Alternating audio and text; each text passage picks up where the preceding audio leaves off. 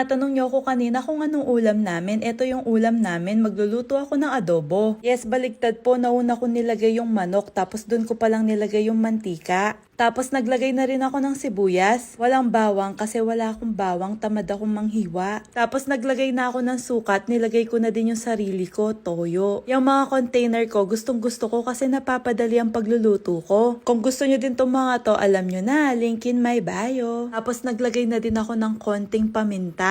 Pag talaga tayo yung taga sa bahay, madami tayong nadidiscover na mga kagamitan dahil nga tayo yung mga tagalinis, tagalaba, tagaluto, tagaligpit ng kalat. Nilagay ko na din pala yung sabaw. Alam nyo, masarap sa adobo yung tuyo. Yung walang masyadong sabaw. Kaso kasi meron akong anak na gusto lagi merong ambula yung kanin niya. Dinagdagan ko na din pala ng konting toyo tapos nilagyan ko na din ng asin. At naglagay na rin pala ako ng laurel. Pagkaluto, nilipat ko na sa lagayan. Tapos kakain na din pala kami ni Jace niyan kaya napapakanta na naman ako ng yummy yum yum yum yum yum. Nag-order na rin pala ako ng merienda namin ni Jay sa Gloria Cafe. Kung taga Magalang Pampanga ka at Angeles, pwede ka naman mag-order. Alam nyo, di kayo magsisisi kasi sobrang sarap talaga. Tignan nyo naman yung ensaymada niya, ensaymada na ensaymada. Kaya ako kagad napakagat na ako. Tingnan nyo naman yung kagat ko, sobrang laki. At itong si Jace din, sarap na sarap. Tapos sabi ni Jace, kanta daw ako ulit ng yummy yum yum yum yum. Kagabi pala mga Marikoy, dumating sila ate ko galing Boracay. Kaya kung mapapansin nyo, nag-iba ang kulay niya. Kung mapapansin nyo, silang dalawa may dala silang bag. Kasi nga yan, napagtripan nilang mag-grocery dito sa pantry namin. Tapos itong magpipinsan naman, bising maglaro. Kung pauwi na sila, ayan yung mga hinakot nila. At itong si Precious Angel, nahiya na siya, wag ko na daw siyang videohan. Siya talaga ang panalo sa Sharon yan. Tapos nagtatanong din pala kayo ng update sa pantry namin. Nilipat ko na pala yung mga jelly beans dito. Dahil nabawasan yung perero, nilagay ko na sa container. Ayan na lang yung natira. Tapos may bago palang gusto si Jace yung M&M na maliliit. Kapag umaga na, gusto